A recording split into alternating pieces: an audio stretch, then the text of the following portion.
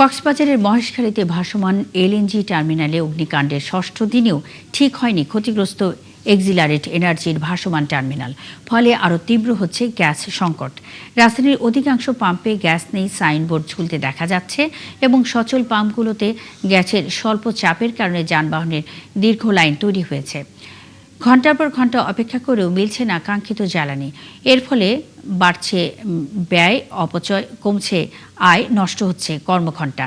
সাধারণত সিএনজি স্টেশনগুলোতে গ্যাসের অনুমোদিত চাপ 15 PSI, যদিও স্বাভাবিক সময়েও পাওয়া যায় না 10 PSI এর বেশি। গ্যাস সংকটের প্রভাব পড়েছে বাসাবাড়ি কিংবা শিল্প কারখানাতেও। পেট্রো বাংলার তথ্যমতে বর্তমানে গ্যাসের সরবরাহ দৈনিক 221 কোটি ঘনফুট, যা 5 দিন আগেও ছিল 270 কোটির ওপরে। খিলকে যাইতে পারি নাই, পুলিশ বিষয়টা আমার গ্যাস শেষ হয়ে গেছে। আরেকটা গাড়ি দিয়ে বাইন্দা আমি গ্যাস পাম্পে নিয়ে এলাম। আইনে যে রয়েছি যে গ্যাস নিমু, এখন আমি যে আমার পকেটের টাকা আছে 100 টাকার গ্যাস নিমু, অন কি গ্যাস নিয়ে গ্যারেজে যাবো না কি করবো? গ্যাসই তো পাইতেছি না, কোন দিকে যাবো? আমি ঢাকার শহরে কোনো পাম্পে আমরা গ্যাস পাইতেছি না, আমরা গাড়ি চালাইতে পারতেছি না। ম্যাক্সিমাম 15 PSI গ্যাস থাকার কথা, কিন্তু বর্তমানে এখন দুইয়েরও নিচে আছে। এই কারণে আমাদের দুইটা মেশিন চলতেছে না, অটোমেটিক্যালি বন্ধ হয়ে গেছে। দুইটা মেশিনে কমপক্ষে নিচে হলেও আমার 10 PSI প্রেশার দরকার। সেখানে আমার আছে 2-3 হলে মেশিনটা যখন আমি রানিং করি তো জিরোতে চলে আসে। যদিও গ্যাস 2-3 হাজার টাকা লাগে, ওখানে 200-300 টাকার উপরে আমরা গ্যাস পাই না। আমরা 1 ঘন্টা 1.5 ঘন্টা চালে আসার পরে দেখি যে আবার গ্যাস শেষ হয়ে যায়। গ্যাসে কোনো প্রেশার পাওয়া যায় না, কোনো উন্নতি নাই। আবার আমাদের 3-4 ঘন্টা লাইনে দাঁড়ায় থেকে আবার গ্যাস নিতে হয়। গ্যাস সংকটের আরও খবর নিয়ে আমাদের সাথে যুক্ত হচ্ছেন সহকর্মী রাসেল আহমেদ। রাসেল, গ্যাস সংকট নিয়ে কি বলছেন সংশ্লিষ্টরা? সমস্যার সমাধান কবে নাগাদ সমাধান হতে পারে, কিছু জানতে পেরেছেন কিনা? আমি এই মুহূর্তে রয়েছি ধামরাই পৌর শহরের একটি সিএনজি পাম্পে। যে আমার পেছনে যদি দেখায় দেখবেন এই পাম্পে গ্যাস দিচ্ছেন। আমরা এই পাম্প কর্তৃপক্ষের সাথে কথা বলেছিলাম। তারা এই পাম্পটিতে 1 ঘন্টা থেকে 1.5 ঘন্টা পর পর 1-2টি গাড়িতে গ্যাস দিতে পারছে। যে যাও গ্যাস দিচ্ছে তাও প্রেশার না থাকাতে তেমন কোনো গ্যাস গাড়িতে লোড নিচ্ছে না, যার ফলে কিছুক্ষণ চালানোর পরেই আবার এই গ্যাসগুলো ফুরিয়ে যাচ্ছে। আর আমরা গাড়ি চালকদের সাথে কথা বলেছিলাম, তারা বলছেন যে দীর্ঘ সময় অপেক্ষা করার পরেও যে পরিমাণ গ্যাস পাওয়া যাচ্ছে সেই পরিমাণ কিন্তু তারা গ্যাসে চালাতে পারছে না, যে কারণে তাদের আর্থিক ক্ষতিও হচ্ছে। আমরা দেখেছি যে ব্যক্তিগত যে গাড়ি চালকগুলো রয়েছে তারা কিন্তু গ্যাস নিতে না পেরে তেলের জন্য পাম্পে যায় লাইন দিয়ে কিন্তু তেল নিচ্ছেন। তাদের বাড়তি টাকা খরচ হচ্ছে, বাড়তি টাকা খরচ হলেও কিন্তু তারা বাড়তি যে ভাড়া সেটি কিন্তু নিতে পারছেন না। সব মিলে আর আমরা তিতাস কর্তৃপক্ষের সাথে কথা বলেছিলাম, তারা যেমনটি বলছেন যে এই ধামরাইতে সকাল 6টা থেকে 8টা পর্যন্ত তারা সর্বোচ্চ 3 PSI পর্যন্ত গ্যাস সরবরাহ পেয়েছিলেন। সেই তুলনায় ধামরাইতে কিছু না। ধামরাইতে 150 PSI গ্যাস সরবরাহের কথা থাকলেও তারা 2 থেকে 3 PSI পেলে তারা কিন্তু একটু সমস্যার মধ্যে পড়ছেন, যে কারণে তারা গ্যাস সরবরাহ করতে পারছেন না। আমরা সকাল থেকেই ধামরাই উপজেলার যে 7টি পাম্প রয়েছে সিএনজি পাম্প, সেই 7টি পাম্পে ঘুরেছি। আমরা দেখেছি সবগুলো পাম্প বন্ধ থাকলেও এই পাম্পে কিছু কিছু গ্যাস তারা সরবরাহ করতে পারছেন। 2-1টি গাড়িতে গ্যাস দেওয়ার পর তাদের ঘন্টাব্যাপী তাদের আবার প্রেশার তোলা লাগছে, যে তারপরে তারা আবার একটি গাড়িতে দিয়ে হচ্ছে। আমরা যদি একটু কথা বলি যে আপনারা কতক্ষণ ধরে অপেক্ষা করে লাগে গ্যাস নিতে? সারা রাত ধরে গ্যাস পায় 200 টাকার, মানে যেখানে আমাদের গ্যাস ঢুকতো 2400 টাকার, সেই জায়গায় গ্যাস পাই 200 টাকা থেকে 300 টাকা পাই। মানে এখন খুবই বিপদের ভিতরে আছি। উনি শুনছিলেন যে তারা কিন্তু বলছেন যে তাদের গাড়িতে 2000 থেকে 2400 টাকা গ্যাস ঢুকলেও তারা 200 টাকা গ্যাস নিচ্ছে, যে কারণে তারা তাদের কিন্তু গ্যাস নিয়ে তাদের কোনো লাভ হচ্ছে না। তার আবারও কিন্তু ঘন্টার পর ঘন্টা তারা এই লাইনে দাঁড়িয়ে গ্যাস নিচ্ছে। সব মিলে বলা চলে যে ধামরাই উপজেলায় গ্যাস সংকট তীব্র আকার ধারণ করছে। দিন যতই যাচ্ছে প্রতিটি পাম্পেই কিন্তু গাড়ির জটলা তৈরি হচ্ছে। আমরা দেখেছি রাস্তার পাশে গাড়ি সিরিয়াল দেওয়া থাকার কারণেও কিন্তু রাস্তায় একটি দীর্ঘ যানজটেরও তৈরি হচ্ছে। সব মিলিয়ে বলা চলে যে গাড়ি চালক, পাম্প কর্তৃপক্ষ উভয়ে ভোগান্তিতে রয়েছে, সেই সাথে যারা যাত্রী রয়েছেন তারাও কিন্তু ভোগান্তিতে পড়েছেন। আর বাসাবাড়ির বিষয়ে যদি বলি, বাসাবাড়িতে কিন্তু তারা এখন কোনো গ্যাসের যে গ্যাসের যে লাইন রয়েছে, লাইনে গ্যাস না থাকার কারণে কিন্তু তারা রান্না করতে পারছেন না। বিকল্প হিসেবে মাটির চুলা, আর যারা বিত্তবান রয়েছেন তারা কিন্তু এলপিজি সিলিন্ডার কিনে তারা রান্নার কাজ সম্পূর্ণ করছেন। তো এই ছিল আমার কাছে ধামরাই থেকে সর্বশেষ মনি। রাসেল আহমেদ, অসংখ্য ধন্যবাদ। দর্শক, ধামরাই গ্যাস সংকটে মানুষের ভোগান্তির খবরাখবর নিয়ে ধামরাই থেকে রাসেল আহমেদ যুক্ত ছিলেন। 24 মাস ধরে বেতন পাচ্ছেন না 351 জন হোমিওপ্যাথিক, ইউনানি ও আয়ুর্বেদিক চিকিৎসক। ফলে মানবেতর জীবনযাপন করছেন তারা। 2024 সালে প্রকল্পের মেয়াদ শেষ হলে অন্তর্বর্তীকালীন সরকার তা আর বৃদ্ধি করেনি। বারবার মন্ত্রণালয় এবং অধিদপ্তরে চিঠি দিয়েও মেলেনি সমাধান। প্রধানমন্ত্রীর হস্তক্ষেপ চান তারা।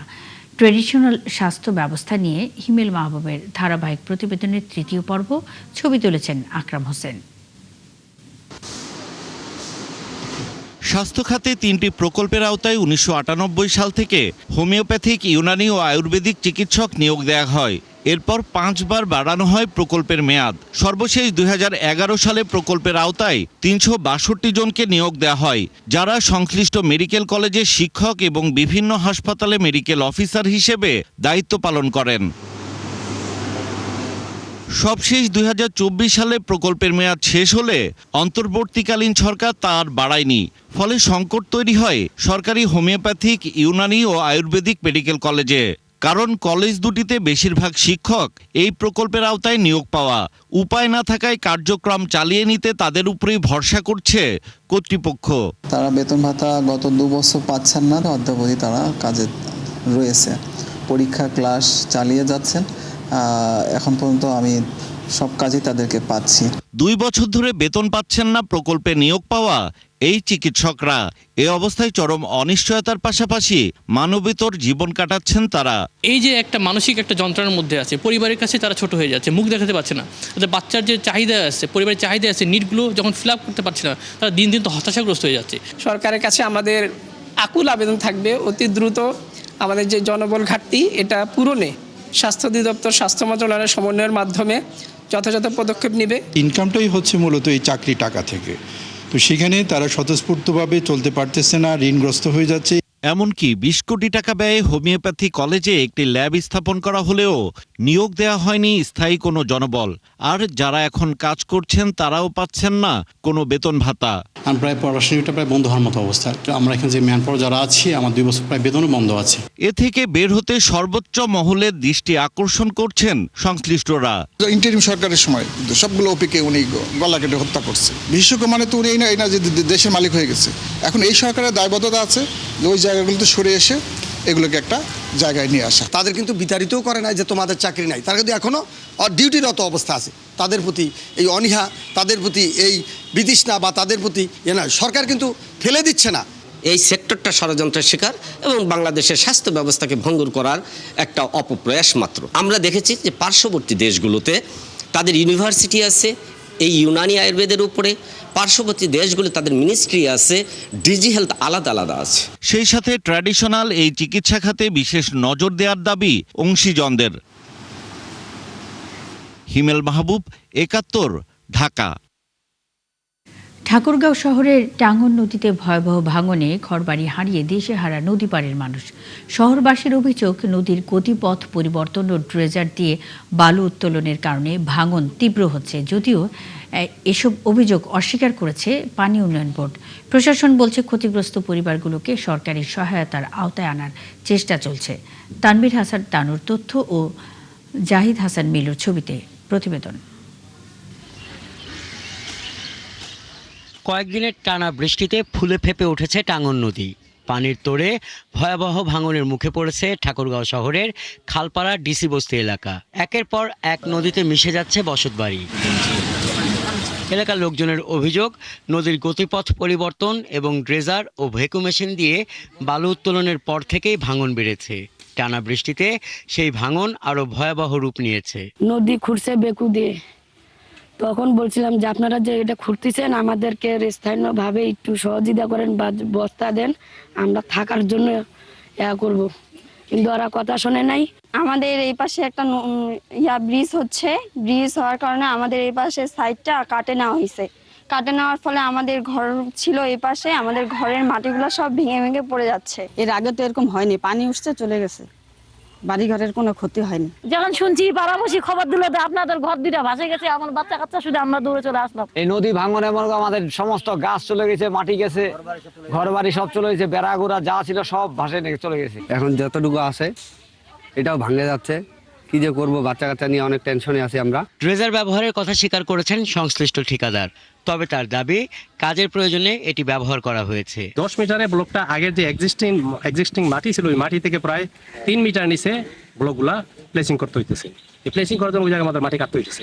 মাটি কাটার জন্য আমাদের বেকু ছাড়া অন্য কিছু ইউজ করার কোনো ওয়ে নাই, যার জন্য আমরা বেকু ইউজ করতে হইতেছে। অন্যদিকে পানি উন্নয়ন বোর্ড বলছে অভিযোগের ড্রেজার তাদের নয়, সেগুলো বালুমহালের। সেটা কিন্তু সরকারি খাস জমি, এবং খাস জমি শুধু না, এটা কিন্তু নদীর খাস জমি। ড্রেজার মেশিন এখানে থাকার কোনো সুযোগ নাই। এখন কোন কারণে এখানে আছে আমি ঠিক জানি না। তাৎক্ষণিকভাবে জিও ব্যাগ ফেলে ভাঙন ঠেকানোর চেষ্টা চলছে জানিয়ে উপজেলা নির্বাহী কর্মকর্তা বলছেন ক্ষতিগ্রস্তদের বিষয়টি ঊর্ধ্বতন কর্তৃপক্ষকে জানানো হয়েছে। আমরা ক্ষতিগ্রস্তের ক্ষয়ক্ষতির পরিমাণ এটা আমরা ঊর্ধ্বতন কর্তৃপক্ষকে জানিয়েছি। তারা ঊর্ধ্বতন কর্তৃপক্ষ বা সংশ্লিষ্ট মন্ত্রণালয় তাদের জন্য পরবর্তী ব্যবস্থা গ্রহণ করবে। তবে আপাতত আমরা পানি উন্নয়ন বোর্ডকে এই বিষয়টি জানিয়েছি এবং পানি উন্নয়ন বোর্ড তাৎক্ষণিকভাবে সেখানে জিও ব্যাগ ফেলে তারা তাৎক্ষণিকভাবে ভাঙন রোধ করার চেষ্টা চালিয়ে যাচ্ছেন। ভাঙন রোধ এবং ক্ষতিগ্রস্ত পরিবারগুলোর পুনর্বাসনে দ্রুত কার্যকর পদক্ষেপের দাবি তুলেছেন শহরবাসী। হাসান আহমেদ, ৭১।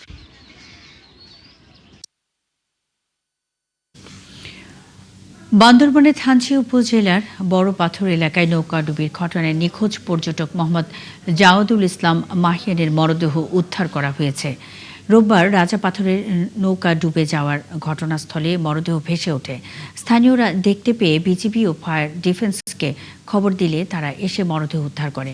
গত ২৪ জুলাই বিকেল ৫:৩০টার দিকে থানচি উপজেলার বড় পাথর এলাকায় ইঞ্জিন চালিত একটি নৌকা ডুবে গেলে ময়মনসিংহের মাসকান্দা এলাকার বাসিন্দা জাওয়াদুল ইসলাম মাহিয়ান নিখোঁজ হন। নিখোঁজের পরদিন ২৫ জুলাই চট্টগ্রাম থেকে আসা ৩ সদস্যের ফায়ার সার্ভিসের ডুবুরি দল এবং থানচি ফায়ার সার্ভিসের ৫ সদস্য সহ মোট ৮ জনের একটি উদ্ধারকারী দল অভিযান পরিচালনা করলেও তার সন্ধান মেলেনি। দর্শক, চলছে সংবাদ সংযোগ সরাসরি সংবাদ অনুষ্ঠান দেখতে চোখ রাখুন ৭১ ফেসবুক পেজ এবং সাবস্ক্রাইব করুন ৭১ ইউটিউব চ্যানেল। থাকুন ৭১ সাথেই।